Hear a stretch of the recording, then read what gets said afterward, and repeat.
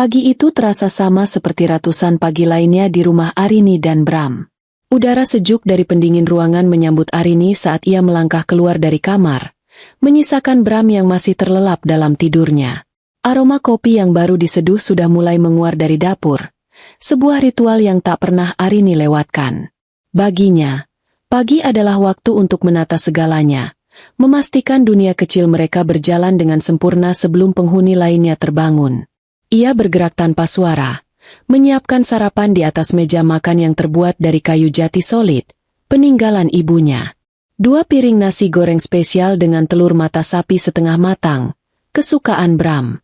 Di sampingnya, 2 cangkir kopi hitam tanpa gula untuk suaminya, dan secangkir teh hangat dengan sedikit madu untuk dirinya. Rumah mereka adalah cerminan dari kehidupan yang mereka jalani. Sebuah rumah di sudut komplek perumahan elit, dengan taman kecil yang selalu terawat rapi. Semua orang di lingkungan itu mengenal mereka sebagai pasangan ideal. Bram, seorang manajer proyek di sebuah perusahaan konstruksi ternama, sosok yang karismatik, pekerja keras, dan selalu ramah menyapa tetangga. Sementara Arini, seorang mantan desainer grafis yang memilih untuk fokus mengurus rumah tangga, adalah gambaran istri yang sempurna di mata banyak orang. Ia cerdas, anggun, dan memiliki kemampuan untuk membuat siapa saja merasa nyaman berada di dekatnya. Kehidupan mereka, bagi orang luar, adalah sebuah potret kebahagiaan yang utuh, tanpa celah sedikit pun. Bram akhirnya muncul dari kamar, sudah rapi dengan kemeja kantornya. Ia berjalan ke arah Arini, mengecup keningnya dengan lembut. Sebuah gerakan kecil yang selalu berhasil membuat hati Arini menghangat. "Pagi, sayang." Wanginya sampai ke kamar, katanya sambil menarik kursi. Mereka sarapan dalam keheningan yang nyaman, sesekali diselingi obrolan ringan tentang rencana hari itu. Bram bercerita tentang proyek besar yang sedang ia tangani, sebuah proyek yang menuntutnya untuk melakukan perjalanan dinas keluar kota selama seminggu penuh, dimulai hari ini. "Semua sudah kamu siapkan?" tanya Bram di sela-sela kunyahannya. Arini mengangguk sambil tersenyum. "Sudah beres semua di koper. Kamu tinggal berangkat saja nanti sore." Ia menatap suaminya dengan penuh rasa bangga. Perjalanan dinas ini adalah bukti betapa pentingnya posisi Bram di perusahaannya. Sebuah langkah maju dalam karir yang selalu mereka impikan bersama. Arini adalah pendukung terbesar Bram. Ia yang seringkali begadang menemani Bram menyelesaikan laporan, memberikan masukan-masukan cerdas dari sudut pandang orang luar, dan yang terpenting, ia yang selalu memastikan Bram memiliki rumah yang tenang untuk kembali setelah hari yang melelahkan. Setelah sarapan, Arini masuk ke dalam kamar untuk melakukan pengecekan terakhir pada koper Bram. Ia membuka lemari pakaian suaminya yang tertata rapi. Matanya tertuju pada sebuah kemeja batik tulis dengan motif parang yang elegan. Itu adalah kemeja kesayangan Bram. Kemeja yang mereka beli bersama saat berlibur di Yogyakarta beberapa tahun lalu. Kemeja itu memiliki nilai sentimental yang tinggi. Bram selalu memakainya di acara-acara penting, seperti saat presentasi final di depan klien besar atau saat perayaan kenaikan jabatannya. Arini mengambil kemeja itu dari gantungan. Kainnya terasa halus di tangannya. Ia bisa mencium samar-samar aroma parfum Bram yang melekat di sana. Dengan telaten, ia menyetrika ulang kemeja itu, memastikan tidak ada satupun kerutan yang tertinggal. Ia ingin suaminya tampil sempurna dan percaya diri. Setiap lipatan ia buat dengan hati-hati, seolah sedang merapikan sebuah karya seni. Baginya, merawat Bram dan segala keperluannya adalah bentuk cinta yang paling tulus. Ia melipat kemeja itu dengan sempurna dan meletakkannya di lapisan paling atas dalam koper, agar mudah dijangkau saat dibutuhkan. Di sampingnya, ia juga sudah menyiapkan beberapa setel pakaian formal, pakaian santai, dan semua keperluan pribadi Bram, termasuk vitamin yang tak boleh terlewat. Siang itu, saat Arini sedang merapikan taman kecilnya, ponselnya berdering. Nama, Sandra, tertera di layar. Ia tersenyum dan segera mengangkatnya. "Halo, San." Tumben telepon siang-siang. Sapa Arini dengan ceria. Sandra adalah sahabatnya, sahabat terbaiknya. Mereka sudah berteman sejak masa kuliah. Rumah mereka bahkan hanya berjarak beberapa blok di komplek yang sama. Sandra adalah orang pertama yang Arini hubungi saat ia bahagia, dan juga orang pertama yang ia cari saat ia sedang sedih.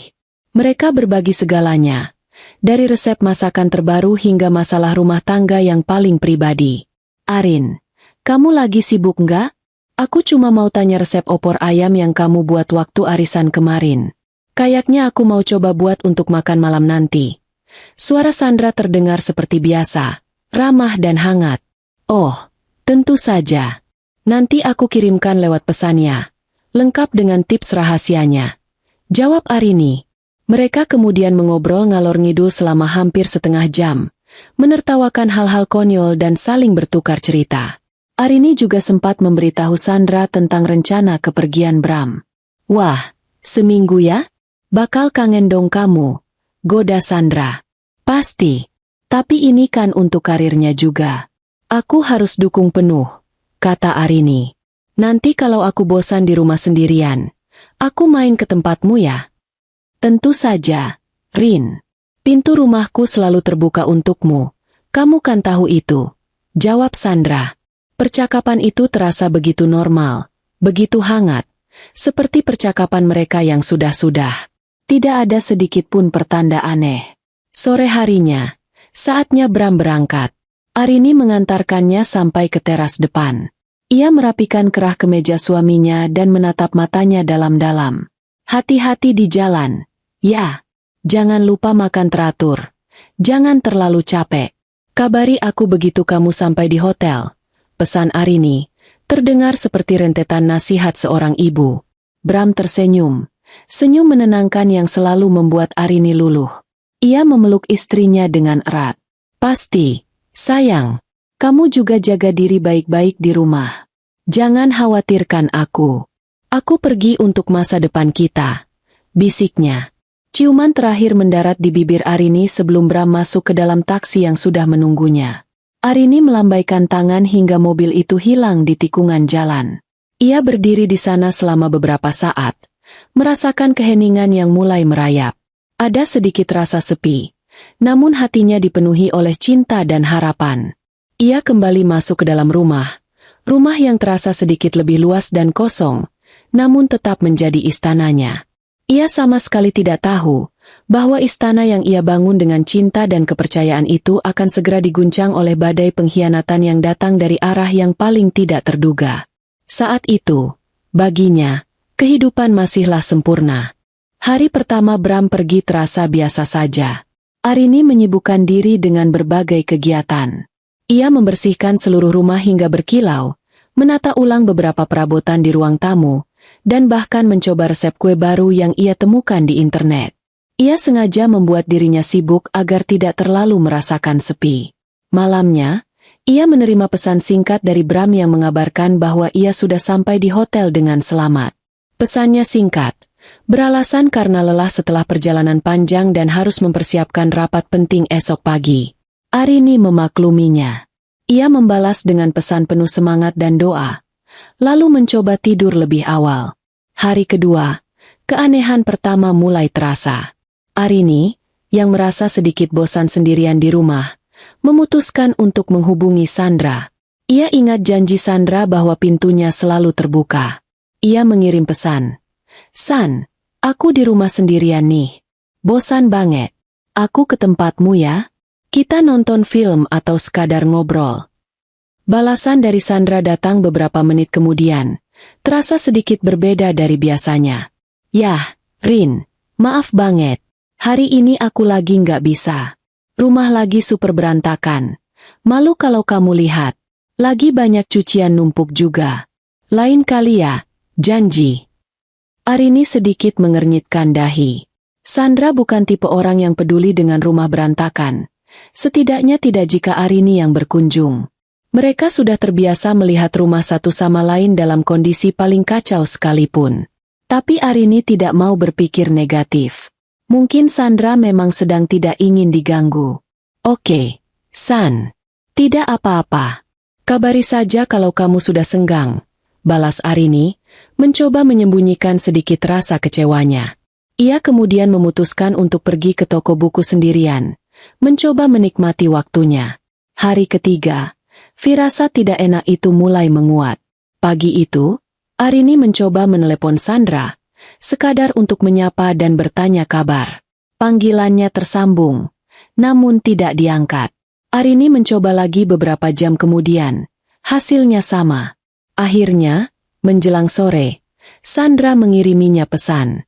Maaf Rin, tadi HP-nya aku tinggal di kamar. Aku lagi kurang enak badan. Dari pagi cuma tiduran saja. Makanya nggak dengar ada telepon. Kamu sakit, San? Sakit apa? Aku kesana ya. Aku bawakan sup hangat dan buah-buahan. Tawar Arini, rasa khawatirnya tulus. Pesan balasan dari Sandra datang dengan cepat, seolah mencegah gerakan Arini. Jangan. Nggak usah repot-repot. Rin, ini cuma pusing biasa sama sedikit demam. Takutnya nanti malah nularin kamu. Aku istirahat saja cukup kok. Makasih banyak ya perhatiannya. Kali ini Arini benar-benar merasa ada yang aneh. Penolakan Sandra terasa begitu tegas. Hampir panik. Arini duduk termenung di sofa, memandangi ponselnya. Sahabatnya sedang sakit, tapi ia melarangnya datang. Itu sangat bukan seperti Sandra. Biasanya, jika Sandra sakit sedikit saja, ia akan menjadi orang yang paling manja pada Arini. Ia akan meminta Arini datang untuk menemaninya, membawakannya makanan, dan mengeluh tentang betapa menyedihkannya hidup saat sedang sakit. Tapi kali ini, Sandra membangun dinding yang tebal di antara mereka. Arini mulai bertanya-tanya, apa ia sudah melakukan kesalahan? Apakah ada ucapannya yang tanpa sengaja menyinggung perasaan Sandra? Ia memutar ulang percakapan terakhir mereka di telepon, tapi tidak menemukan sesuatu yang aneh. Di sisi lain, komunikasi dengan Bram juga terasa berbeda. Jika biasanya Bram akan meneleponnya setiap malam untuk menceritakan harinya, kini Bram hanya mengirim pesan-pesan singkat. Alasannya selalu sama, rapat sampai larut malam, sinyal jelek di lokasi proyek, atau terlalu lelah. Arini mencoba meneleponnya beberapa kali, namun seringkali panggilannya ditolak dengan pesan otomatis, saya sedang rapat, akan hubungi lagi nanti. Tapi Bram jarang sekali menelepon balik. Arini mencoba meyakinkan dirinya sendiri bahwa semua ini wajar. Bram sedang sibuk dengan proyek besar, dan Sandra mungkin memang butuh waktu untuk sendiri karena sedang tidak enak badan. Ia tidak boleh menjadi istri yang posesif atau teman yang terlalu menuntut. Ia harus mengerti kesibukan orang-orang yang ia sayangi. Namun, hatinya, instingnya, mengatakan hal yang berbeda. Ada sebuah alarm kecil yang berbunyi di dalam kepalanya. Sebuah bisikan lirih yang memberitahunya bahwa ada sesuatu yang tidak beres. Puncak kejanggalan terjadi pada hari keempat. Arini membuat puding coklat kesukaan Sandra dalam jumlah banyak. Ia berpikir, meskipun Sandra melarangnya datang, setidaknya ia bisa mengantarkan puding itu dan menitipkannya pada asisten rumah tangga Sandra. Ia tidak perlu masuk. Hanya ingin memastikan sahabatnya makan sesuatu yang enak. Dengan niat baik itu, Arini membawa wadah berisi puding dan berjalan kaki menuju rumah Sandra. Komplek perumahan mereka terasa sepi di siang hari. Saat ia hampir sampai di depan gerbang rumah Sandra, ponselnya bergetar. Sebuah pesan masuk dari Sandra. Rin, kamu di mana? Aku barusan mau istirahat. Kepalaku pusing banget. Kayaknya aku mau matikan HP dulu biar bisa tidur nyenyak. Nanti kalau sudah baikan aku hubungi kamu ya. Arini berhenti melangkah. Ia berdiri di tikungan jalan, menatap rumah Sandra dari kejauhan. Pesan itu datang pada waktu yang sangat aneh. Seolah Sandra tahu ia sedang dalam perjalanan ke sana. Arini merasa merinding. Bagaimana bisa? Apakah ini hanya kebetulan? Ia membalas pesan itu. Iya. San, istirahat ya. Lekas sembuh. Ia tidak melanjutkan langkahnya. Dengan perasaan campur aduk antara bingung, sedih, dan sedikit takut, ia berbalik arah dan berjalan pulang. Puding di tangannya terasa dingin, sedingin hatinya yang mulai diselimuti keraguan. Ia menatap rumahnya yang megah, yang kini terasa seperti sangkar emas yang sunyi. Ia sendirian dengan ribuan pertanyaan di kepalanya. Mengapa sahabatnya tiba-tiba menjauhinya dengan cara yang begitu aneh? Mengapa suaminya menjadi begitu sulit dihubungi? Arini mencoba menghubungkan kedua hal itu. Mungkin Sandra sedang ada masalah serius dengan suaminya, dan ia malu untuk bercerita. Mungkin Bram tahu masalah itu dan tidak mau Arini ikut campur. Pikiran Arini merangkai berbagai skenario yang masuk akal, skenario yang tidak melibatkan pengkhianatan. Ia masih belum siap, atau lebih tepatnya, belum mau, membayangkan kemungkinan terburuk. Ia masih berpegang erat pada citra kehidupan sempurnanya, tanpa menyadari bahwa pondasi dari citra itu sudah mulai retak dan hanya menunggu waktu untuk hancur berkeping-keping. Hari kelima terasa paling sunyi. Arini terbangun dengan perasaan gelisah yang menusuk hingga ke tulang. Semalaman ia tidak bisa tidur nyenyak. Pikirannya terus berputar pada keanehan sikap Sandra dan jarangnya kabar dari Bram. Ia mencoba menepis semua pikiran buruk, mengatakan pada dirinya sendiri bahwa ia hanya terlalu banyak berpikir. Untuk mengusir kegelisahan itu, ia memutuskan untuk melakukan hal yang biasa ia lakukan saat pikiran sedang kalut, jalan pagi. Bukan sekadar jalan santai, tapi lari kecil dengan ritme yang teratur, membiarkan peluh membasahi tubuhnya dan endorfin mengambil alih pikirannya. Ia mengenakan pakaian olahraga favoritnya, memasang earphone di telinga, dan memulai rutenya seperti biasa. Ia berlari menyusuri jalanan komplek yang masih lengang, melewati rumah-rumah besar yang masih terlelap. Musik yang mengalun dari earphone-nya sedikit membantu, menciptakan gelembung privasi di tengah keheningan pagi. Pikirannya melayang, mencoba fokus pada irama napas dan detak jantungnya. Ia berlari melewati taman komplek, lalu berbelok ke sebuah jalan yang teduh dengan pohon-pohon rindang di sisinya. Jalan itu adalah rute favoritnya. Namun jalan itu juga yang akan membawanya melewati blok tempat rumah Sandra berada. Sebenarnya, ia tidak berniat untuk sengaja melewati rumah sahabatnya itu. Ia hanya mengikuti rute yang sudah biasa ia lalui. Namun saat ia semakin dekat, jantungnya mulai berdebar sedikit lebih kencang. Ada dorongan rasa penasaran yang tak bisa ia tahan, bercampur dengan rasa cemas. Ia mengurangi kecepatan larinya menjadi langkah-langkah pelan saat berbelok ke jalan di mana rumah Sandra berdiri megah di salah satu sudutnya. Dari kejauhan, rumah itu tampak normal, sunyi, seperti rumah-rumah lainnya. Arini terus berjalan, matanya tanpa sadar mengawasi setiap detail rumah itu. Tirai jendelanya masih tertutup rapat. Mobil suami Sandra terparkir di garasi. Tidak ada yang aneh. Arini hampir menarik napas lega, merasa dirinya bodoh karena sudah berpikiran yang tidak-tidak. Ia sudah akan mempercepat langkahnya lagi, melewati rumah itu dan melanjutkan rutenya. Namun, saat itulah matanya menangkap sesuatu. Sesuatu yang membuatnya berhenti total. Langkahnya terpaku di aspal. Di halaman samping rumah Sandra, di antara deretan jemuran yang terisi pakaian, ada satu potong kain yang warnanya begitu ia kenali. Sebuah jemuran pakaian portabel berdiri di sana, mungkin sengaja diletakkan agar terkena sinar matahari pagi. Di atas jemuran itu, di antara beberapa helai daster dan pakaian dalam wanita, tergantung sebuah kemeja pria. Bukan sembarang kemeja. Kemeja batik tulis dengan motif parang yang begitu elegan. Kemeja dengan kombinasi warna coklat gelap dan krem yang begitu khas. Dunia Arini seakan berhenti berputar. Suara musik di telinganya mendadak lenyap, digantikan oleh suara dengungan keras di dalam kepalanya. Napasnya tercekat di tenggorokan. Ia menatap benda itu, matanya membelalak, tidak berkedip. Ia mencoba meyakinkan dirinya sendiri bahwa ia salah lihat. Mungkin itu hanya kemeja dengan motif yang mirip. Banyak orang menjual batik parang. Tapi semakin lama ia menatapnya, semakin jelas detail-detail kecil yang ia hafal di luar kepala. Goresan canting yang sedikit tidak sempurna di dekat kerah. Gradasi warna yang unik di bagian lengan. Itu bukan kemeja yang mirip. Itu adalah kemeja itu. Kemeja kesayangan Bram. Kemeja yang ia setrika dengan penuh cinta dan ia letakkan dengan hati-hati di lapisan teratas koper suaminya. Kemeja yang seharusnya berada ratusan kilometer jauhnya di kota lain.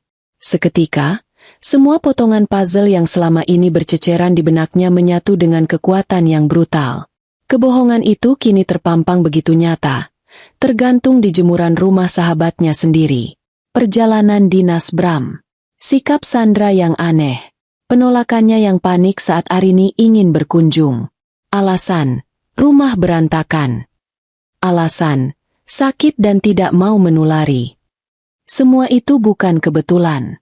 Semua itu adalah bagian dari sebuah skenario besar untuk menutupi bangkai busuk yang mereka sembunyikan. Suaminya tidak pernah pergi keluar kota. Ia ada di sini, di kota ini, tinggal di rumah sahabatnya. Wanita yang selama ini ia anggap sebagai saudara. Rasa dingin yang menusuk menjalar dari ujung kaki hingga ke kepalanya. Lututnya terasa lemas, seolah semua tulangnya berubah menjadi jeli. Ia mundur beberapa langkah, mencari pegangan.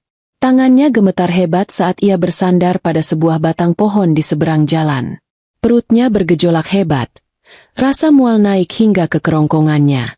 Ia ingin muntah, ingin berteriak, ingin lari ke rumah itu dan menghancurkan segalanya. Tapi tubuhnya tidak bisa bergerak.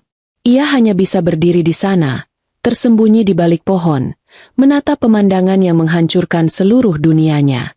Betapa bodohnya dirinya. Betapa naifnya ia selama ini. Ia yang dengan setia menyiapkan segalanya, yang dengan tulus mendoakan kesuksesan suaminya, yang dengan polos mengkhawatirkan sahabatnya. Sementara di belakangnya, dua orang yang paling ia percaya di dunia ini justru sedang menertawakan kebodohannya.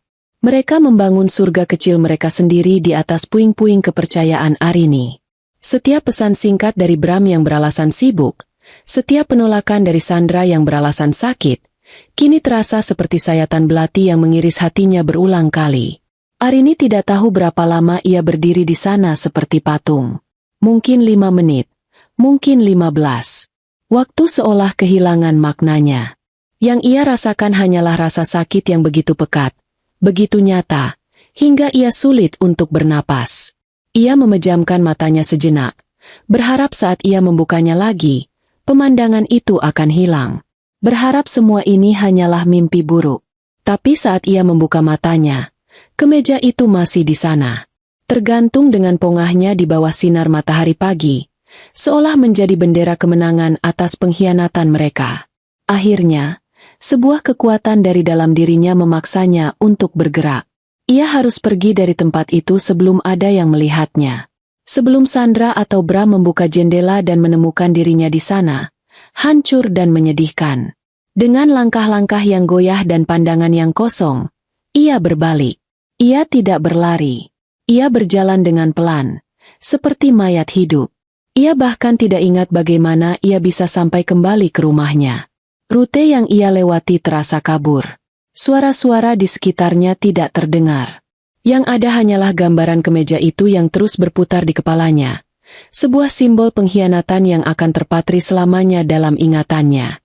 Ia membuka pintu rumahnya, rumah yang kini terasa asing dan dingin, dan menutupnya dengan pelan di belakangnya. Keheningan rumah menyambutnya. Namun kali ini terasa begitu menakutkan, memekakkan telinga. Dunianya yang sempurna telah runtuh.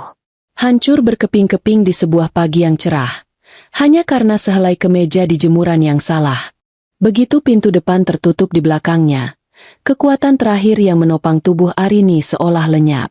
Ia bersandar pada daun pintu yang dingin.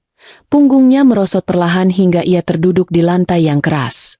Keheningan rumah yang megah itu terasa menekan dadanya, membuatnya semakin sulit bernapas. Untuk beberapa saat, ia hanya duduk di sana, kosong. Pikirannya terlalu penuh, terlalu kacau untuk bisa memproses apapun.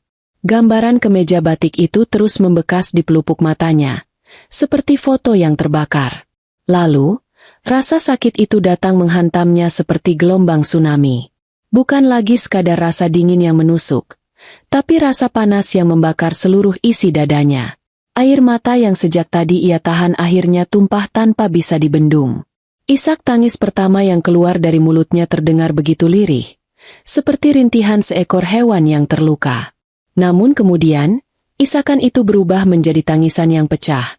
Tangisan yang syarat akan amarah, kekecewaan, dan kehancuran hati.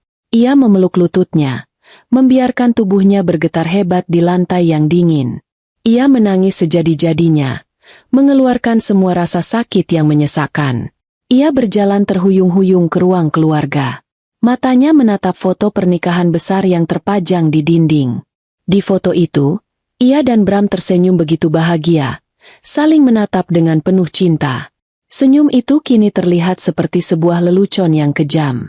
Ia mengambil sebuah bantal sofa dan melemparkannya ke arah foto itu. "Pembohong!" teriaknya. Suaranya serak dan pecah. Satu teriakan itu seolah membuka bendungan amarahnya.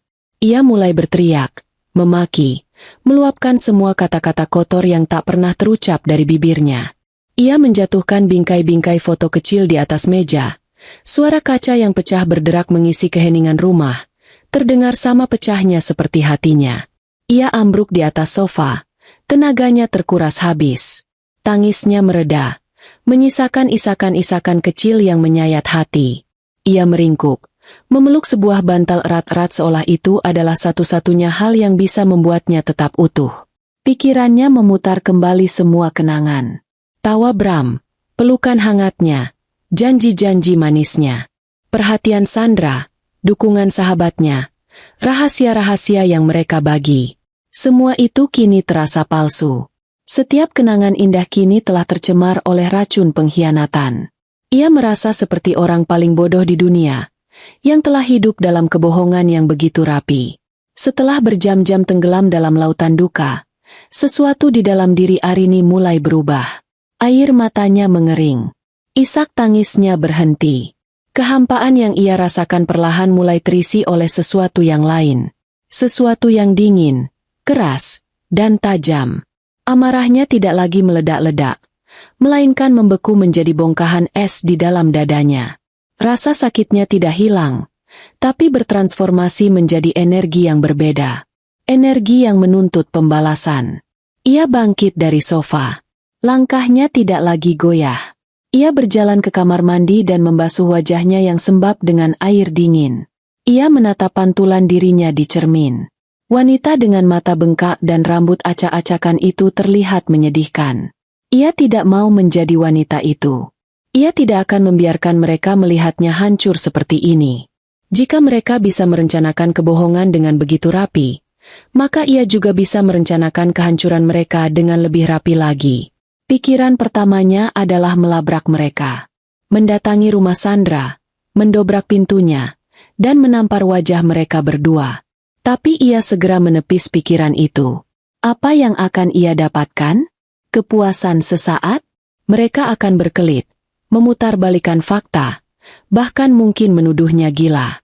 Mereka akan menjadikannya sebagai wanita histeris yang tidak bisa mengontrol emosi.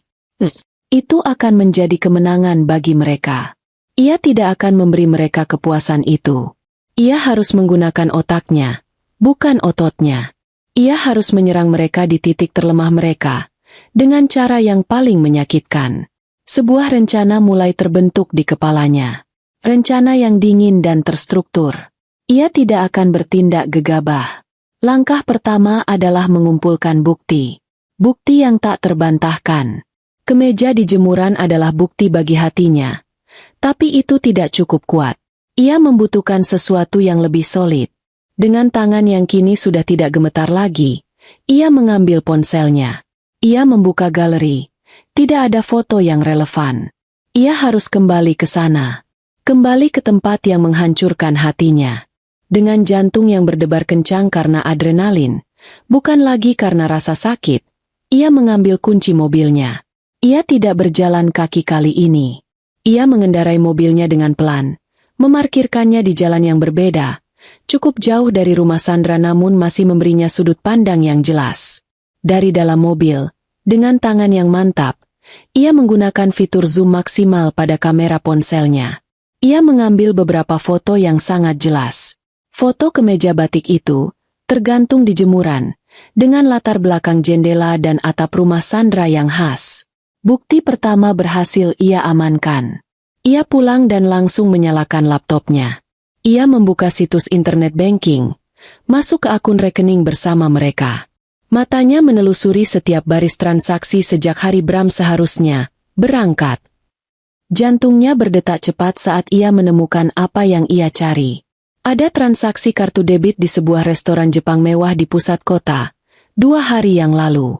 Restoran yang ia tahu persis letaknya, tidak jauh dari komplek mereka. Ada juga transaksi di sebuah kafe, sebuah toko kelontong, dan bahkan pembayaran parkir di sebuah mall. Semua transaksi itu dilakukan di kota ini. Kebohongan Bram kini terekam jelas dalam data perbankan. Arini mengambil tangkapan layar dari setiap transaksi janggal itu, menyimpannya dalam sebuah folder khusus di laptopnya yang ia beri nama Proyek Akhir. Ia tidak berhenti di situ. Ia ingat bahwa ia pernah mengaktifkan fitur Find My Device di ponsel Bram untuk berjaga-jaga jika ponselnya hilang. Ia membuka aplikasi itu, memasukkan akun dan kata sandi suaminya yang ia hafal di luar kepala. Beberapa saat kemudian, sebuah titik biru muncul di peta. Titik itu menunjukkan lokasi ponsel Bram saat ini. Titik itu berkedip-kedip dengan tenang, tepat di atas lokasi rumah Sandra. Arini menatap titik biru itu selama beberapa saat. Tidak ada lagi keraguan, tidak ada lagi pertanyaan.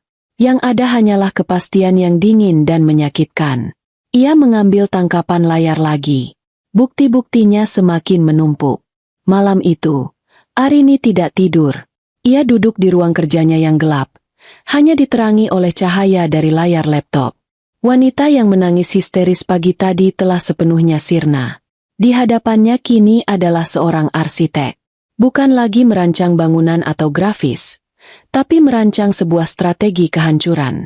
Ia memetakan kelemahan Bram, karirnya, reputasinya, harga dirinya.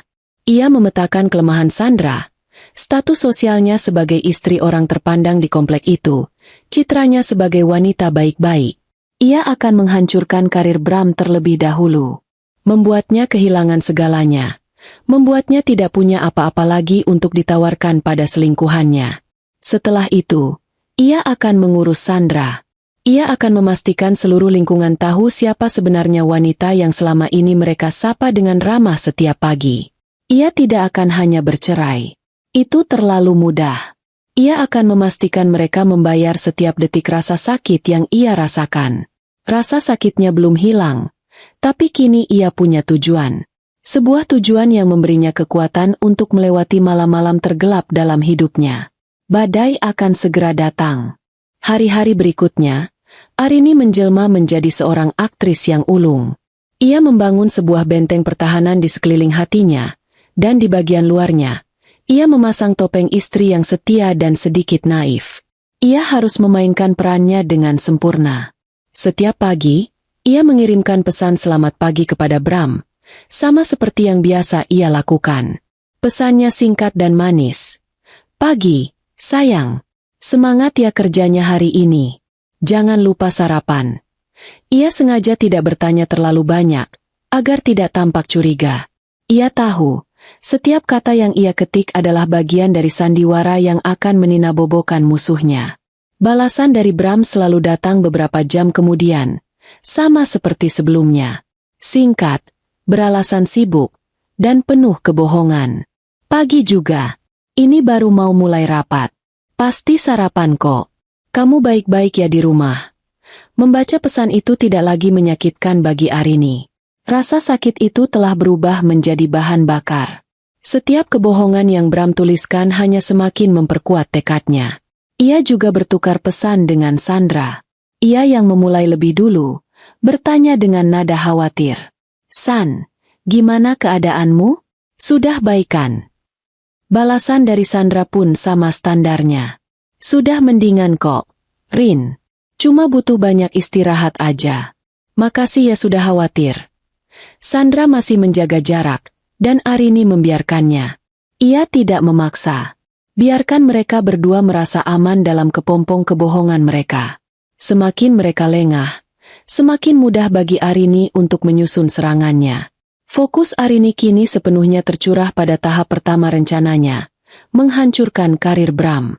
Ia tahu Bram sangat mencintai pekerjaannya, atau lebih tepatnya, ia mencintai status, uang, dan pengakuan yang didapat dari pekerjaan itu.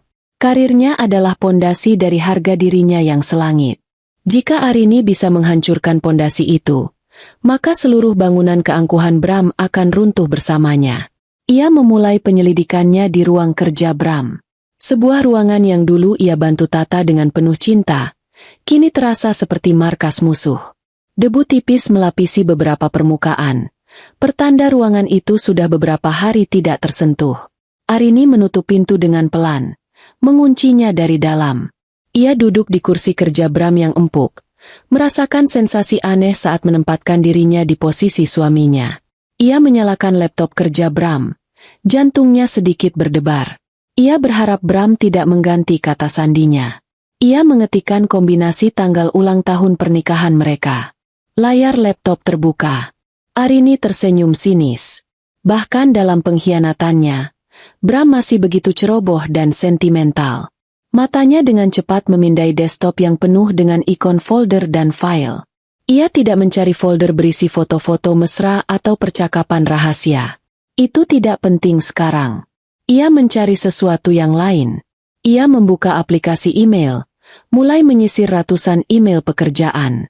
Ia membaca dengan teliti, mencari anomali. Sebuah email dari Departemen Keuangan tentang pengajuan anggaran proyek yang direvisi beberapa kali menarik perhatiannya. Ada juga keluhan dari salah satu subkontraktor mengenai keterlambatan pembayaran. Semua ini adalah benang-benang kecil, tapi belum cukup untuk menjerat Bram. Ia kemudian beralih ke folder klaim biaya.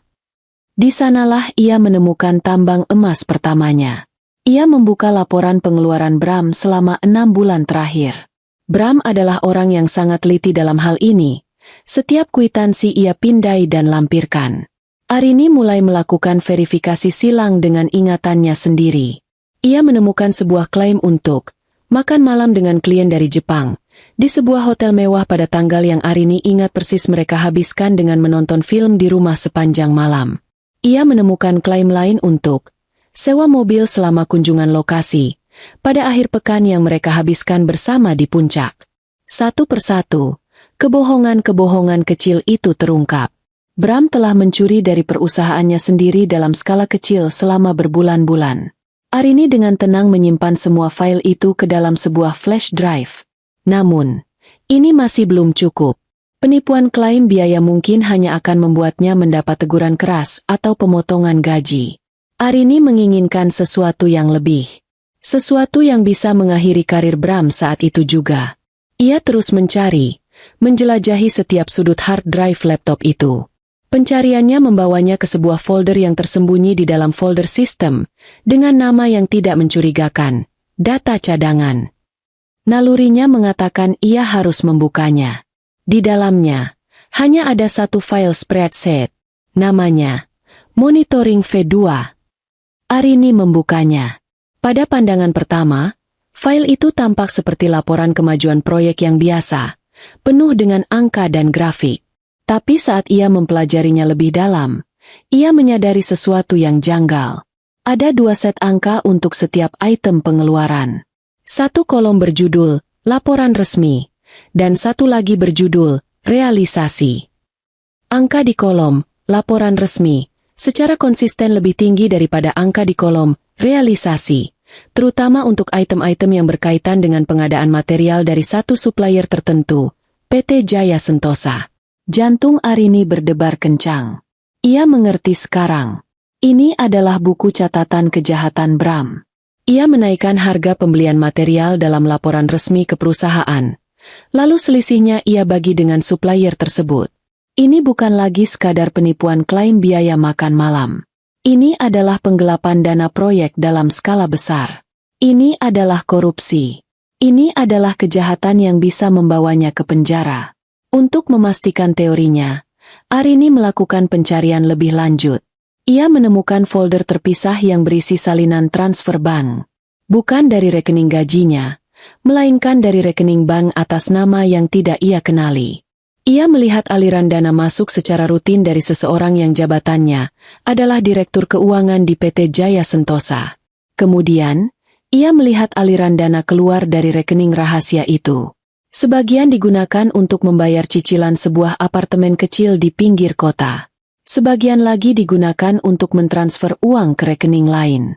Arini membuka detail rekening tujuan itu. Nama yang tertera di sana membuat darahnya serasa berhenti mengalir. Sandra Adelia. Semuanya menjadi jelas sekarang. Apartemen itu pasti tempat pertemuan rahasia mereka selama ini. Dan Sandra, ia bukan hanya selingkuhan. Ia adalah kaki tangan, penikmat uang haram hasil kejahatan suaminya. Rasa mual kembali menyerang Arini. Tapi kali ini bukan karena sakit hati. Ini adalah rasa jijik. Jijik pada suaminya, jijik pada sahabatnya, dan jijik pada dunia yang telah ia bangun bersama mereka. Ia tidak lupa pada Sandra. Sambil menunggu semua file tersalin ke flash drive, ia membuka media sosial. Ia melihat halaman Instagram Sandra yang penuh dengan foto-foto kebahagiaan palsu. Foto liburan bersama suaminya, foto arisan dengan ibu-ibu komplek, foto dengan caption-caption bijak tentang kepercayaan dan kesetiaan. Arini tersenyum getir. Ia mulai memetakan jaringan sosial Sandra. Siapa teman terdekatnya di komplek? Siapa orang yang paling suka bergosip?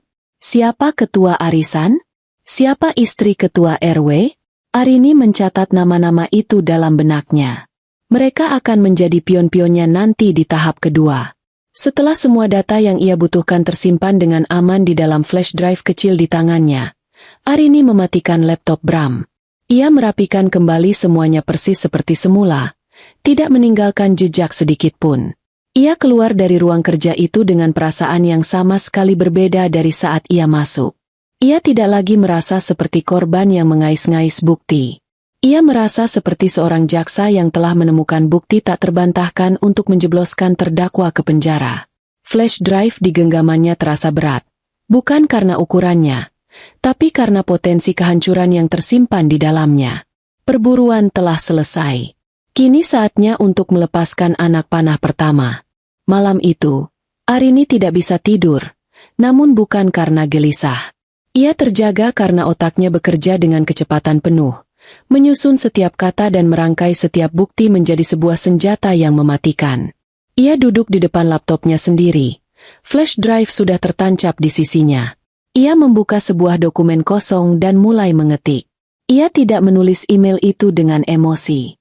Tidak ada satupun kata makian atau curahan hati seorang istri yang tersakiti. Ia menulisnya seolah-olah ia adalah seorang auditor internal yang netral dan profesional. Bahasanya lugas, dingin, dan penuh dengan fakta. Judul emailnya ia buat sederhana namun langsung menusuk. Laporan investigasi internal terkait potensi fraud dalam proyek pembangunan Tower Cendana. Di paragraf pertama, ia menjelaskan temuannya secara umum, tentang adanya indikasi kuat penggelembungan dana, markup, pada pos pengadaan material yang melibatkan manajer proyek, Bramantio Wicaksono, dan salah satu supplier, PT Jaya Sentosa. Ia tidak menyebut dirinya sebagai saksi atau pelapor, melainkan menyajikan data seolah-olah itu adalah hasil dari sebuah analisis data internal. Di bagian selanjutnya, ia memecah laporannya menjadi poin-poin yang jelas. Poin pertama, analisis perbandingan anggaran, di mana ia melampirkan file spreadsheet, monitoring V2, yang ia temukan, dengan penjelasan singkat tentang perbedaan mencolok antara kolom, laporan resmi, dan realisasi. Poin kedua, aliran dana mencurigakan, di mana ia melampirkan salinan bukti transfer antara pihak supplier ke rekening rahasia milik Bram, lalu dari rekening itu ke rekening atas nama Sandra Adelia, yang ia sebut sebagai pihak ketiga yang tidak memiliki hubungan kerja dengan perusahaan. Ia sengaja mencantumkan nama lengkap Sandra. Poin ketiga, pemalsuan klaim biaya perjalanan dinas, di mana ia melampirkan bukti-bukti klaim palsu yang ia temukan, lengkap dengan tanggal dan keterangan palsunya. Sebagai penutup, ia menulis sebuah paragraf singkat yang menyarankan agar perusahaan segera melakukan audit forensik menyeluruh terhadap proyek tersebut untuk mencegah kerugian yang lebih besar dan menjaga reputasi perusahaan.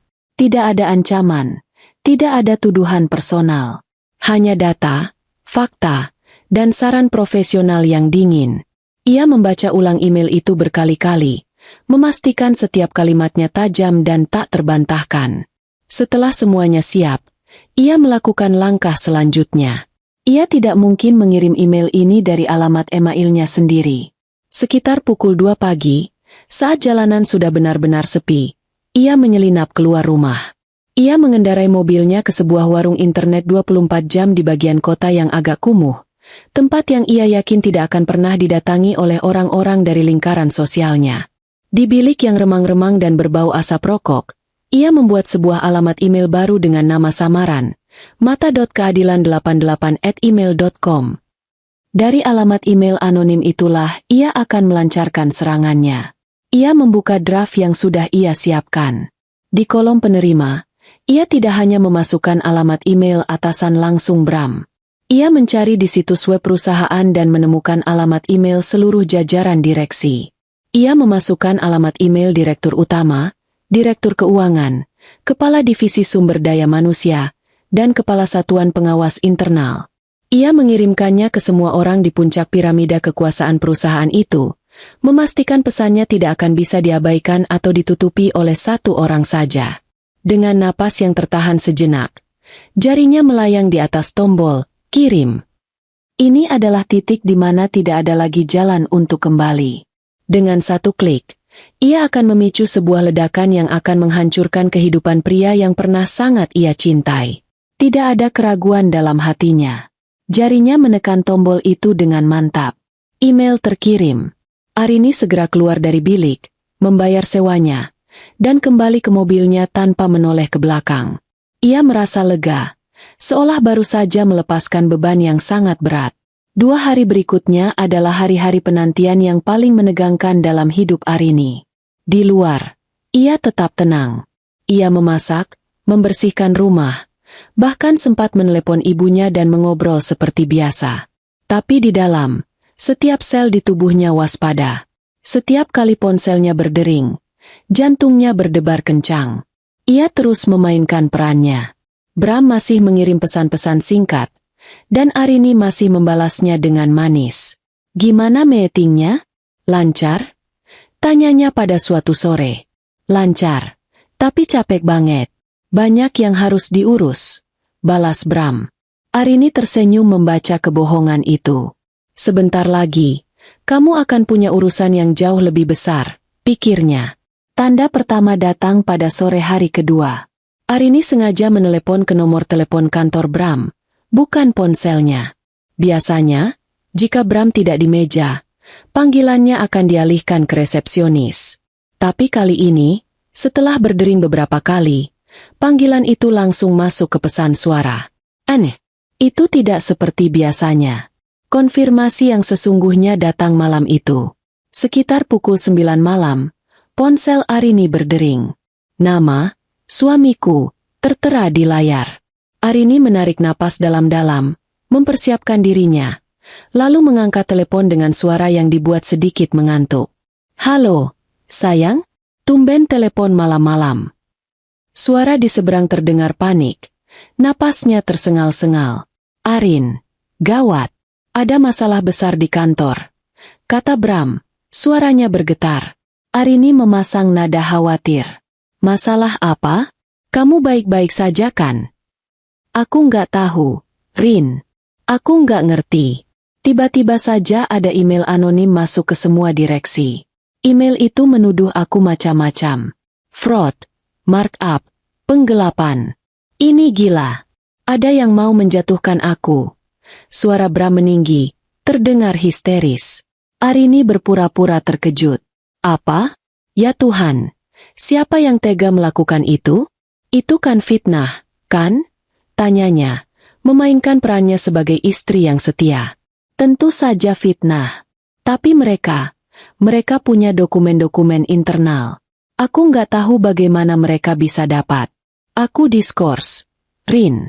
Mereka melakukan investigasi. Semua aksesku ke kantor dibekukan. Aku dipanggil menghadap direksi besok pagi. Karierku bisa hancur." Racaunya. Suaranya terdengar putus asa. Arini mendengarkan setiap kata dengan perasaan puas yang dingin. Ia memberikan kata-kata penenang palsu. "Tenang, sayang. Kamu yang tenang. Kebenaran pasti akan terungkap. Aku di sini buat kamu. Aku akan selalu dukung kamu." "Terima kasih, sayang. Aku butuh dukunganmu sekarang." "Aku takut sekali," kata Bram. Suaranya kini terdengar seperti anak kecil yang ketakutan. Iya, aku tahu. Sekarang coba tenangkan dirimu dulu, ya. Besok kita pikirkan lagi langkah selanjutnya, kata Arini. Setelah beberapa saat, ia menutup telepon. Keheningan kembali menyelimuti ruangan. Arini meletakkan ponselnya di meja.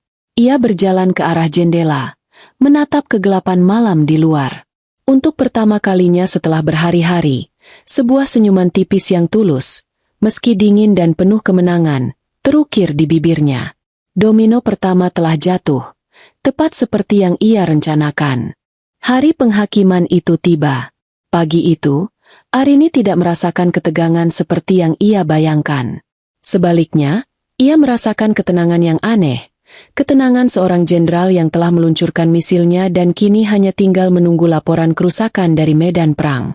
Saat ia tahu Bram sedang dalam perjalanan menuju kantornya untuk menghadapi para direksi, Arini justru melakukan hal yang paling biasa. Ia membuat adonan roti. Tangannya bergerak dengan ritme yang stabil dan terukur, menguleni adonan di atas meja dapurnya yang dingin. Menekan, melipat, memutar. Setiap gerakan terasa meditatif, membantunya memfokuskan pikiran. Di luar, matahari bersinar cerah, burung-burung berkicau. Sebuah pagi yang indah untuk sebuah kehancuran. Ia membiarkan adonan itu mengembang di dalam mangkuk yang ditutupi serbet bersih.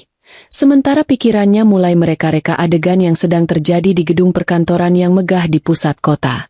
Ia membayangkan semuanya dengan sangat detail, seolah sedang menonton sebuah film di kepalanya. Ia membayangkan Bram berjalan menyusuri koridor yang familiar, namun kali ini terasa asing dan mengancam. Setiap pasang mata yang ia lewati pasti menatapnya dengan pandangan berbeda, tatapan penuh tuduh atau rasa kasihan yang memuakan. Tidak ada lagi sapaan ramah atau senyum penuh hormat. Lalu, ia membayangkan Bram memasuki ruang rapat dewan. Sebuah ruangan besar dengan meja kayu panjang yang mengilap, dikelilingi oleh kursi-kursi kulit berwarna hitam. Di sana, para petinggi perusahaan sudah menunggunya. Wajah-wajah yang dulu menatapnya dengan penuh harapan, kini menatapnya dengan kekecewaan dan amarah yang dingin. Arini bisa merasakan udara dingin dari pendingin ruangan yang terasa menusuk kulit, atmosfer yang kaku dan tegang. Tidak ada basa-basi. Tidak ada secangkir kopi yang ditawarkan. Di kepalanya, Arini menjadi sutradara dari drama ini. Ia melihat kepala divisi SDM, seorang ibu paruh baya yang terkenal tegas, meletakkan sebuah map tebal di atas meja. Prak! Suara map itu pasti terdengar seperti palu hakim. Di dalamnya ada semua bukti yang telah Arini kumpulkan. Cetakan dari spreadsheet, monitoring V2, salinan bukti transfer ke rekening rahasia, dan lampiran klaim-klaim biaya palsu yang ia tandai dengan stabilo merah. Mereka akan menyajikan bukti itu satu persatu, tanpa emosi. Bramantio. Arini membayangkan suara direktur utama, seorang pria tua yang bijaksana namun tak kenal ampun jika menyangkut integritas perusahaan. Bisakah Anda menjelaskan ini? Arini bisa melihat wajah Bram yang pucat pasi. Kesombongan yang selalu menjadi tamengnya pasti akan retak seketika. Ia akan mencoba menyangkal pada awalnya. Itu tidak benar, Pak. Ini pasti ada kesalahpahaman. Data itu dipalsukan. Ada yang mencoba menjebak saya. Ia pasti akan berkata begitu. Suaranya bergetar, mencoba terdengar meyakinkan namun gagal total. Tapi penyangkalan itu akan sia-sia. Mereka punya semuanya. Kami sudah melakukan verifikasi awal dengan pihak bank dan juga supplier yang bersangkutan, kata Direktur Keuangan dengan nada datar. Aliran dananya sangat jelas. Bramantio. Semuanya mengarah pada Anda. Di titik inilah, Arini membayangkan Bram akan mulai goyah. Ia akan mencari-cari alasan, menyalahkan anak buahnya, menyalahkan sistem. Ia mungkin akan memohon, mengungkit-ungkit masa pengabdiannya, proyek-proyek sukses yang pernah ia pimpin. Tapi semua itu tidak akan ada gunanya. Pengkhianatan dalam bisnis, sama seperti dalam pernikahan, tidak bisa ditoleransi. Wajah-wajah di sekeliling meja itu akan tetap sedingin es. Puncak dari adegan imajiner Arini adalah saat keputusan akhir dibacakan. Tidak ada diskusi panjang. Semuanya sudah jelas. Berdasarkan bukti-bukti yang ada, perusahaan telah kehilangan kepercayaan sepenuhnya pada Anda. Per hari ini, hubungan kerja Anda dengan perusahaan ini kami putus secara tidak hormat. Kalimat itu, diucapkan dengan tegas oleh Direktur Utama, akan menjadi paku terakhir bagi peti mati karir Bram. Dipecat. Sebuah kata yang akan menghantuinya selamanya. Aib yang akan melekat pada namanya. Arini membayangkan Bram terduduk lemas di kursinya, tidak sanggup berkata apa-apa. Dunia yang ia bangun dengan kerja keras, intrik, dan kebohongan, hancur dalam waktu kurang dari 1 jam. Ia akan diminta untuk mengembalikan semua fasilitas kantor, dan harus mengemasi barang-barang pribadinya di mejanya di bawah pengawasan petugas keamanan. Sebuah prosesi yang memalukan.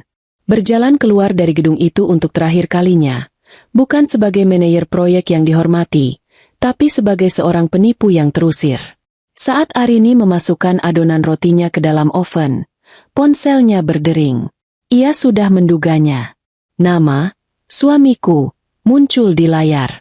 Ia mengeringkan tangannya di celemek, menarik napas panjang, lalu mengangkatnya dengan nada yang ia latih dengan baik, nada seorang istri yang cemas. Halo, Bram? Gimana? Sudah selesai. Keheningan sejenak di seberang, hanya terdengar suara napas yang berat dan putus asa. Lalu, sebuah suara yang serak dan kosong menjawab, "Aku dipecat, Rin." Dua kata itu terdengar begitu memuaskan di telinga Arini. Tapi ia segera memasang topengnya. Apa? Ya Tuhan, Bram kok bisa? Mereka nggak mau dengar penjelasan kamu? Suaranya dibuat bergetar, seolah ia ikut merasakan sakitnya. Nggak ada gunanya, Rin. Mereka punya semuanya. Semuanya. Aku nggak tahu dari mana mereka dapat data-data itu. Spreadsheet rahasiaku. Rekening bank semuanya bocor. Aku hancur, Rin. Suaranya pecah di akhir kalimat. Ia terdengar seperti orang yang telah kehilangan segalanya. Dan memang benar. Arini membiarkan keheningan sejenak, memberikan jeda dramatis yang sempurna. Aku turut prihatin. Sayang, aku benar-benar nggak tahu harus bilang apa. Ini pasti berat sekali buat kamu. Setiap kata simpati yang keluar dari mulutnya terasa seperti tetesan racun yang manis. Aku nggak tahu harus gimana lagi. Aku malu. Rin. Aku kehilangan segalanya. Isaknya di telepon. SSSTT sudah. Jangan bicara begitu. Kamu nggak sendirian. Ada aku. Kita hadapi ini sama-sama, ya? Kata Arini, memberikan janji palsu yang paling kejam. Ia tahu Bram tidak akan pernah pulang ke rumah ini lagi untuk menghadapi ini bersama. Tempatnya sekarang adalah di rumah wanita itu, bersama wanita yang ikut menikmati uang haramnya. Setelah menutup telepon, Arini berdiri diam di tengah dapur. Aroma roti yang mulai matang memenuhi ruangan. Aroma kemenangan. Ia membuka oven, mengeluarkan roti yang mengembang sempurna dengan warna keemasan. Ia meletakkannya di rak pendingin. Ia lalu berjalan ke lemari minuman, mengambil sebotol anggur merah dan sebuah gelas. Ia menuang anggur itu untuk dirinya sendiri, hanya untuk dirinya. Ia membawa gelasnya ke ruang keluarga, duduk di sofa yang empuk, dan menatap keluar jendela ke arah blok tempat rumah Sandra berada. Fase pertama telah selesai dengan sukses gemilang. Bram kini adalah seorang pengangguran yang putus asa dan dipermalukan. Ia tidak lagi memiliki daya tarik status atau kekayaan. Ia kini hanya beban. Arini ingin melihat berapa lama cinta terlarang mereka akan bertahan di tengah badai kemiskinan dan aib. Pikirannya sudah melompat ke langkah berikutnya. Karir Bram sudah ia musnahkan. Sekarang, saatnya untuk menghancurkan sangkar emas tempat mereka bersembunyi. Beberapa hari setelah pemecatan Bram, Arini mengamati dalam diam. Ia seperti seekor predator yang mengintai mangsanya dari kejauhan, mempelajari kebiasaan mereka, menunggu waktu yang tepat untuk menerkam. Mobil Bram yang biasanya hanya terparkir di rumah Sandra saat akhir pekan, kini tidak pernah beranjak dari sana. Itu adalah konfirmasi visual bagi Arini, dan sebentar lagi akan menjadi bukti bagi seluruh lingkungan. Mereka tidak lagi bersembunyi. Atau mungkin, mereka tidak punya pilihan lain. Bram, yang kini tidak punya kantor untuk didatangi dan mungkin terlalu malu untuk berkeliaran, hanya bisa mendekam di dalam rumah selingkuhannya. Arini tahu betul bagaimana ekosistem sosial di komplek perumahan mereka bekerja. Ini adalah lingkungan di mana citra adalah segalanya. Sebuah lingkungan yang menjunjung tinggi norma kesopanan dan keharmonisan, setidaknya di permukaan. Berita tidak menyebar melalui pengumuman resmi, melainkan melalui jaringan tak kasat mata, grup WhatsApp arisan, obrolan ringan di depan tukang sayur, atau pertemuan tak sengaja di klub komunitas. Untuk menghancurkan Bram dan Sandra secara sosial, Arini tidak perlu berteriak. Ia hanya perlu berbisik di telinga yang tepat. Dan telinga itu adalah milik Ibu Ratna. Istri dari Ketua RW, seorang wanita parubaya yang energik, dihormati, dan memegang kendali tak resmi atas semua kegiatan sosial ibu-ibu di komplek. Tidak ada gosip yang bisa menjadi berita besar tanpa persetujuannya, dan tidak ada sanksi sosial yang bisa berjalan efektif tanpa dukungannya. Ibu Ratna adalah kunci. Arini tidak mau terlihat seperti ia sengaja mencari masalah. Ia harus merancang sebuah pertemuan yang tampak alami. Ia menunggu hingga hari Sabtu pagi, saat ia tahu Ibu Ratna memiliki jadwal rutin senam bersama di fasilitas olahraga komplek. Arini, yang biasanya jarang ikut kegiatan seperti itu, pagi itu sengaja datang. Ia mengenakan pakaian olahraga yang sederhana, wajahnya ia rias tipis agar terlihat sedikit pucat dan lelah. Setelah sesi senam selesai, saat ibu-ibu berkumpul untuk minum teh dan mengobrol, Arini sengaja mengambil tempat duduk tidak jauh dari Ibu Ratna. Ia hanya diam, mengaduk-aduk tehnya dengan pandangan kosong. Ia tahu, penampilannya yang murung dan tidak seperti biasanya itu akan memancing perhatian. Dan benar saja, Ibu Ratna yang pertama kali menyadari. Loh, Bu Arini, tumben ikut senam. Tapi kok kelihatannya lesu sekali? Lagi kurang sehat? Tanyanya dengan nada ramah yang khas. Ini adalah panggungnya. Arini mengangkat wajah, memasang senyum yang dipaksakan. Ah, tidak apa-apa, Bu Ratna. Hanya sedikit kurang tidur saja akhir-akhir ini, jawabnya dengan suara pelan. Cukup pelan sehingga beberapa ibu lain di dekat mereka ikut menoleh penasaran. Jangan begitu, Bu. Kalau ada masalah, cerita saja. Kita di sini kan sudah seperti keluarga. Timpal ibu yang lain, persis seperti yang Arini harapkan. Arini menggelengkan kepalanya pelan, seolah enggan membebani mereka. Saya tidak mau merepotkan, Bu. Ini masalah pribadi. Saya malu menceritakannya. Teknik tarik ulur ini membuat mereka semakin penasaran. Ibu Ratna beringsut mendekat, menepuk pundak Arini dengan lembut. Arin, anggap saja saya ini seperti kakakmu sendiri. Kalau dipendam sendirian itu tidak baik. Siapa tahu kami bisa bantu meringankan bebanmu. Arini menatap Ibu Ratna dengan mata yang sengaja ia buat berkaca-kaca. Ia menarik napas panjang, seolah mengumpulkan kekuatan. Baiklah, Bu. Tapi tolong jangan sampai menyebar kemana-mana. Saya benar-benar malu. Sebuah permintaan yang ia tahu akan menghasilkan efek sebaliknya. Dan kemudian, ia mulai bercerita. Ia tidak menceritakannya dengan amarah, melainkan dengan nada seorang korban yang hancur hati. Ia menceritakan bagaimana suaminya, Bram, berpamitan untuk perjalanan dinas. Ia menceritakan kepercayaannya yang penuh pada sahabat baiknya sendiri, Sandra. Lalu, ia sampai pada bagian inti ceritanya, kemeja batik di jemuran. Ia melukiskan gambaran itu dengan kata-kata yang menyentuh. Hati saya seperti diremas, Bu. Melihat kemeja suami saya, yang saya siapkan dengan tangan saya sendiri, tergantung di rumah sahabat yang paling saya percaya. Para ibu yang mendengarkan mulai berbisik-bisik. Wajah mereka menunjukkan ekspresi kaget dan tidak percaya. Arini melanjutkan. Dan ternyata benar, Bu. Mas Bram tidak pernah pergi keluar kota. Ia tinggal di sana. Di rumah itu. Ia sengaja tidak menyebut nama Sandra, hanya rumah itu. Membiarkan mereka menyimpulkan sendiri. Ya Allah, Sandra? Istrinya Pak Firman? Tanya seorang ibu, matanya membelalak. Arini hanya mengangguk pelan, seolah terlalu sakit untuk mengucapkan nama itu. Ia kemudian menambahkan pukulan terakhir, menghubungkan masalah pribadi ini dengan isu yang lebih besar. Dan yang membuat saya semakin hancur, ternyata karena masalah ini, Mas Bram juga dapat masalah besar di kantornya. Ada masalah integritas, katanya. Sekarang dia sudah tidak bekerja lagi di sana. Ia mengucapkan kalimat itu dengan hati-hati. Ia tidak bilang Bram dipecat karena korupsi, tapi ia menggunakan istilah masalah integritas, yang cukup untuk membuat para pendengarnya menarik kesimpulan terburuk. Akhirnya, Arini memainkan kartu asnya. Ia mengubah penderitaan pribadinya menjadi masalah komunitas. Saya sebenarnya tidak apa-apa, Bu. Saya bisa mengurus perceraian saya. Tapi yang saya tidak kuat setiap hari, setiap saat, saya harus melihat mobil Mas Bram terparkir di rumah itu. Setiap kali saya keluar rumah, saya seperti dipaksa untuk melihat bukti pengkhianatan mereka. Rasanya seperti disiksa perlahan-lahan.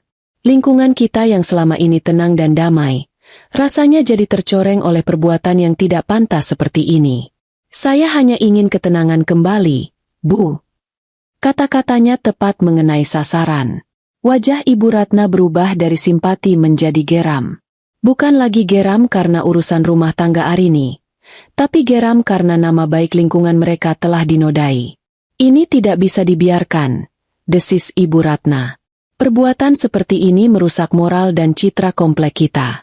Komplek ini bukan tempat untuk orang-orang seperti itu. Arini tahu ia telah berhasil. Ia hanya perlu duduk diam dan melihat api yang ia sulut mulai membakar. Setelah pertemuan itu, Arini pulang ke rumah. Ia tahu persis apa yang akan terjadi selanjutnya. Ibu Ratna akan menceritakan kisah ini kepada suaminya, sang ketua RW. Ia juga akan menyebarkan berita ini di grup WhatsApp arisan, dengan versi yang mungkin sudah sedikit dibumbui agar lebih dramatis. Dalam beberapa jam, semua orang di komplek akan tahu. Dan benar saja. Sore itu, Arini melihat dari jendela kamarnya. Beberapa tetangga yang melewati rumah Sandra tampak melambatkan kendaraan mereka, menatap ke arah rumah itu dengan pandangan ingin tahu dan mencemooh. Telepon rumah Arini mulai berdering.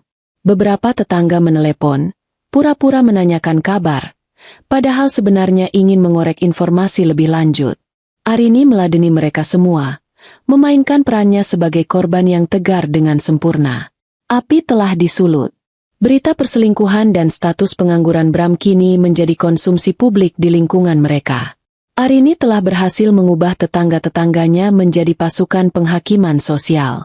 Ia hanya tinggal menunggu kapan tekanan itu akan menjadi begitu besar hingga memaksa Bram dan Sandra untuk angkat kaki dari surga kecil mereka yang kini telah berubah menjadi neraka.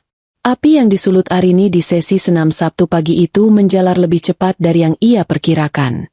Dalam waktu kurang dari 24 jam, kisah perselingkuhan Bram dan Sandra telah menjadi rahasia umum yang paling panas di komplek perumahan mereka. Berita itu menyebar melalui setiap saluran komunikasi informal yang ada, dari grup WhatsApp ibu-ibu, obrolan di tukang sayur keliling, hingga percakapan di pos satpam. Arini, sang sumber berita, kini hanya perlu duduk manis dan menyaksikan neraka sosial yang ia ciptakan mulai memanggang musuh-musuhnya. Efeknya terasa hampir seketika. Sandra, yang mungkin belum menyadari skala bencana yang menimpanya, menjadi orang pertama yang merasakan dinding es yang tiba-tiba tumbuh di sekelilingnya. Saat ia keluar rumah untuk membeli sesuatu di minimarket komplek, ia disambut oleh keheningan yang canggung. Ibu-ibu yang sedang mengobrol di teras rumah sontak terdiam saat ia lewat. Mata mereka mengikuti setiap langkahnya dengan tatapan menghakimi. Di dalam minimarket, kasir yang biasanya ramah kini melayaninya dengan sikap dingin dan efisien, tanpa senyum atau basa-basi sedikit pun. Sandra pasti merasakan perubahan itu, aura penolakan yang begitu kental di udara. Bram, yang terkurung di dalam rumah, juga tidak luput dari tekanan.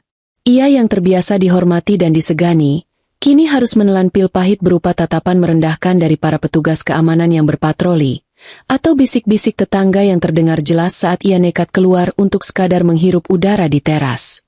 Harga dirinya yang sudah hancur lebur karena dipecat, kini diinjak-injak setiap hari oleh lingkungan yang sama yang dulu mengaguminya. Tekanan itu memuncak di dalam rumah. Arini hanya bisa membayangkan pertengkaran hebat yang pasti terjadi di antara Bram dan Sandra. Bram, Yang frustrasi karena kehilangan pekerjaan dan harga diri, pasti akan menyalahkan Sandra. Sandra, yang kini dikucilkan oleh seluruh lingkungan sosialnya, pasti akan merasa tertekan dan mungkin menyesali keputusannya. Cinta terlarang yang dulu terasa mendebarkan saat dilakukan secara sembunyi-sembunyi, kini terasa menyesakan saat mereka dipaksa untuk hidup bersama dalam sangkar aib. Pukulan telak bagi Sandra datang beberapa hari kemudian. Suaminya, Firman, yang menurut kabar burung sedang melakukan perjalanan bisnis, ternyata pulang lebih awal. Tentu saja, berita perselingkuhan istrinya sudah sampai ke telinganya lebih dulu, mungkin melalui telepon dari salah seorang kerabat atau teman yang tinggal di komplek itu. Sebuah mobil terlihat datang ke rumah Sandra pada malam hari, dan para tetangga yang mengintip dari balik tirai melaporkan terjadinya pertengkaran hebat yang suaranya terdengar hingga ke jalan. Keesokan paginya, mobil Firman sudah pergi, bersama dengan sebagian besar pakaian dan barang-barang pribadinya. Sandra telah ditinggalkan. Kini, ia benar-benar sendirian bersama Bram, kekasih penganggurannya. Arini tahu, ini adalah saat yang tepat untuk melancarkan serangan pamungkas. Tekanan informal saja tidak cukup. Ia butuh sebuah tindakan formal yang akan menyegel nasib mereka. Malam itu, ia menelepon Pak RW, suami dari Ibu Ratna. Ia kembali memainkan perannya sebagai korban yang teraniaya. "Selamat malam, Pak RW. Maaf mengganggu. Saya Arini, istrinya Pak Bram," katanya dengan suara lirih. "Oh, iya Bu Arini. Ada apa?" "Saya turut prihatin dengan masalah yang menimpa Ibu," jawab Pak RW. Suaranya terdengar simpatik. Ia jelas sudah mendengar ceritanya dari sang istri. "Terima kasih, Pak. Sebenarnya saya menelepon karena sudah tidak tahan lagi. Saya tahu ini masalah pribadi saya, tapi sekarang rasanya sudah menjadi masalah lingkungan. Beberapa ibu-ibu tetangga mengadu pada saya. Mereka merasa tidak nyaman dengan situasi ini. Anak-anak mereka jadi bertanya-tanya kenapa ada bapak-bapak yang tinggal di rumah Tante Sandra padahal suaminya sudah pergi. Ini memberi contoh yang tidak baik, Pak," kata Arini, dengan cerdik memutarbalikan fakta dan menggunakan anak-anak sebagai tameng. "Saya mengerti, Bu Arini. Saya dan pengurus lainnya juga sudah membahas ini. Kami tidak bisa membiarkan adanya perbuatan yang melanggar norma kesusilaan di lingkungan kita," tegas Pak RW. "Saya hanya mohon kebijaksanaan Bapak. Saya hanya ingin lingkungan kita kembali tenang seperti dulu," pinta Arini, sebelum menutup telepon. Ia telah memberikan dorongan terakhir yang dibutuhkan oleh Pak RW untuk bertindak. Dan tindakan itu datang keesokan sorenya. Arini mengamati dari jendela lantai 2 rumahnya. Mobil Pak RW berhenti di depan rumah Sandra. Pak RW tidak datang sendirian. Ia ditemani oleh 2 orang pengurus lingkungan lainnya dan kepala petugas keamanan. Mereka berempat berjalan dengan langkah mantap menuju pintu rumah Sandra. Sebuah delegasi penghakiman.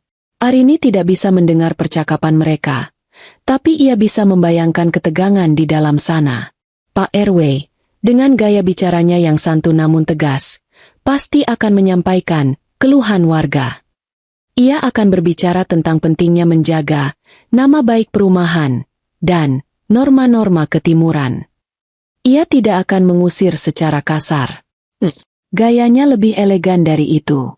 Ia hanya akan menyarankan agar Sandra dan tamunya untuk sementara waktu mencari tempat tinggal lain demi mendinginkan suasana dan menghindari gesekan sosial lebih lanjut.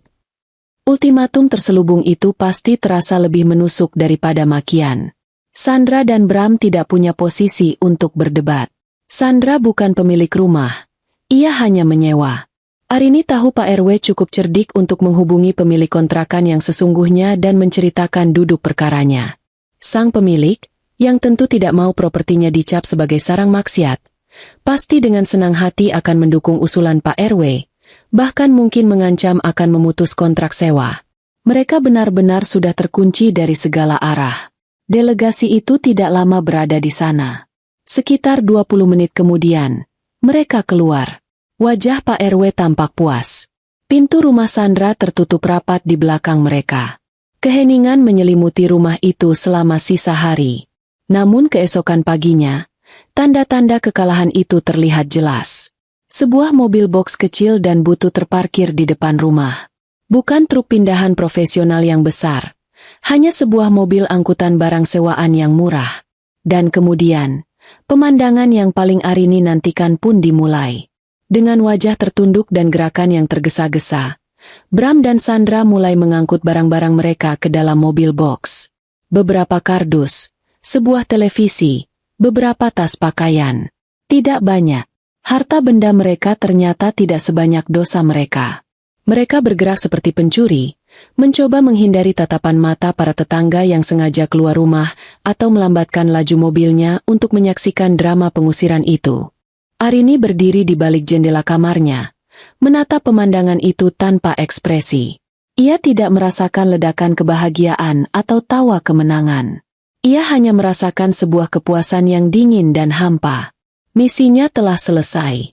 Ia telah menghancurkan karir suaminya.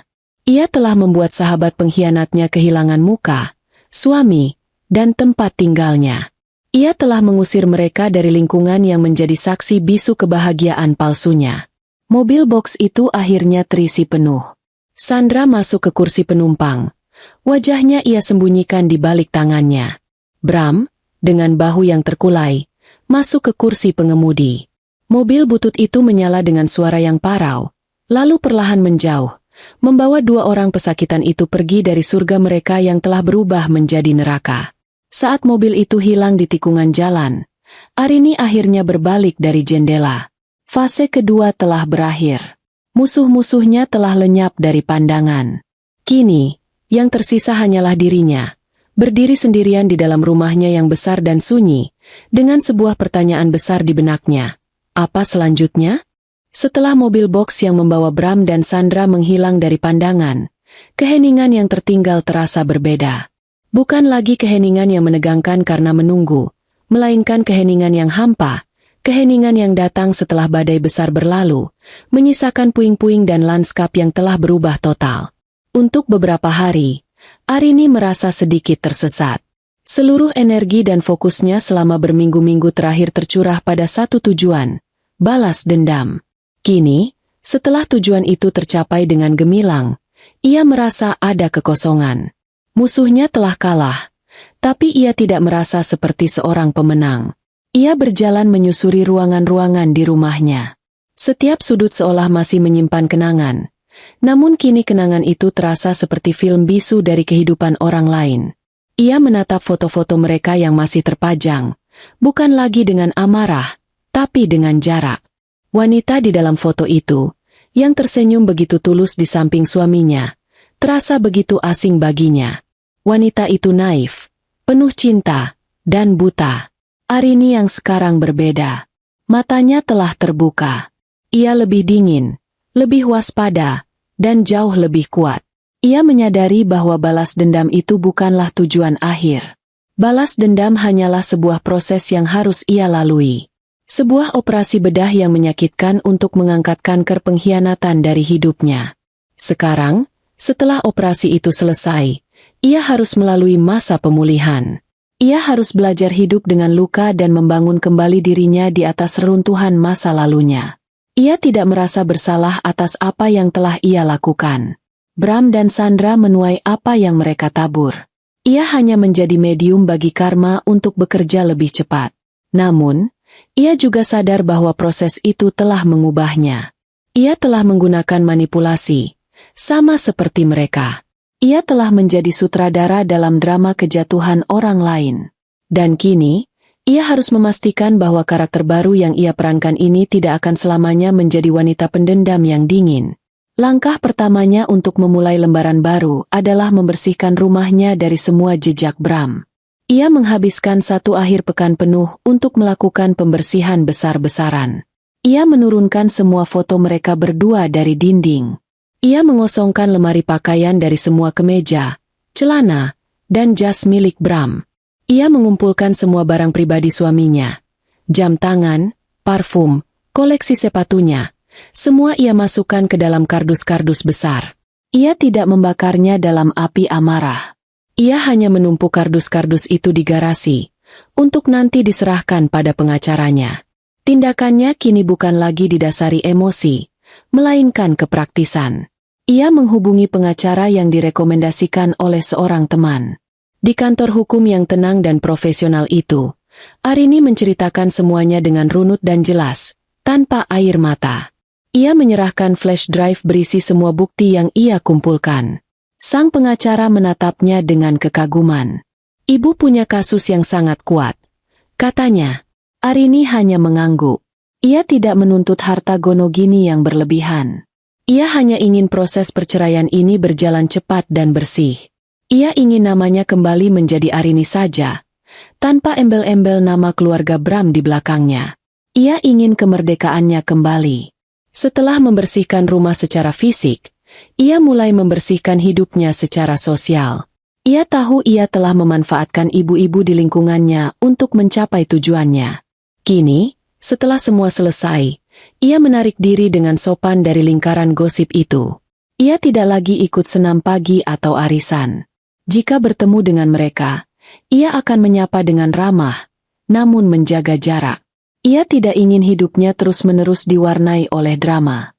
Kekosongan yang ia rasakan perlahan mulai ia isi dengan hal-hal yang pernah ia tinggalkan. Ia membuka kembali kotak-kotak lamanya di gudang, dan menemukan peralatan desain grafisnya yang sudah lama tidak tersentuh. Tablet gambarnya, pena digitalnya, buku-buku referensinya. Debu menutupi semuanya. Saat ia membersihkan debu itu, ia merasa seperti sedang membersihkan debu dari identitas dirinya yang hilang. Ia adalah seorang desainer sebelum menjadi seorang istri. Ia adalah seorang seniman yang kreatif. Ia telah mengubur bagian dari dirinya itu demi mendukung karir suaminya. Ia menyalakan komputer lamanya, membuka kembali portofolio digitalnya. Ia merasa sedikit canggung pada awalnya, seperti seorang pianis yang sudah lama tidak menyentuh tuts piano. Tapi perlahan, jari-jarinya mulai mengingat. Ia mulai membuat akun di beberapa situs web pekerja lepas, sekadar untuk melihat-lihat. Ia mengerjakan beberapa proyek kecil tanpa bayaran untuk teman-teman lamanya, hanya untuk memanaskan kembali mesin kreativitasnya.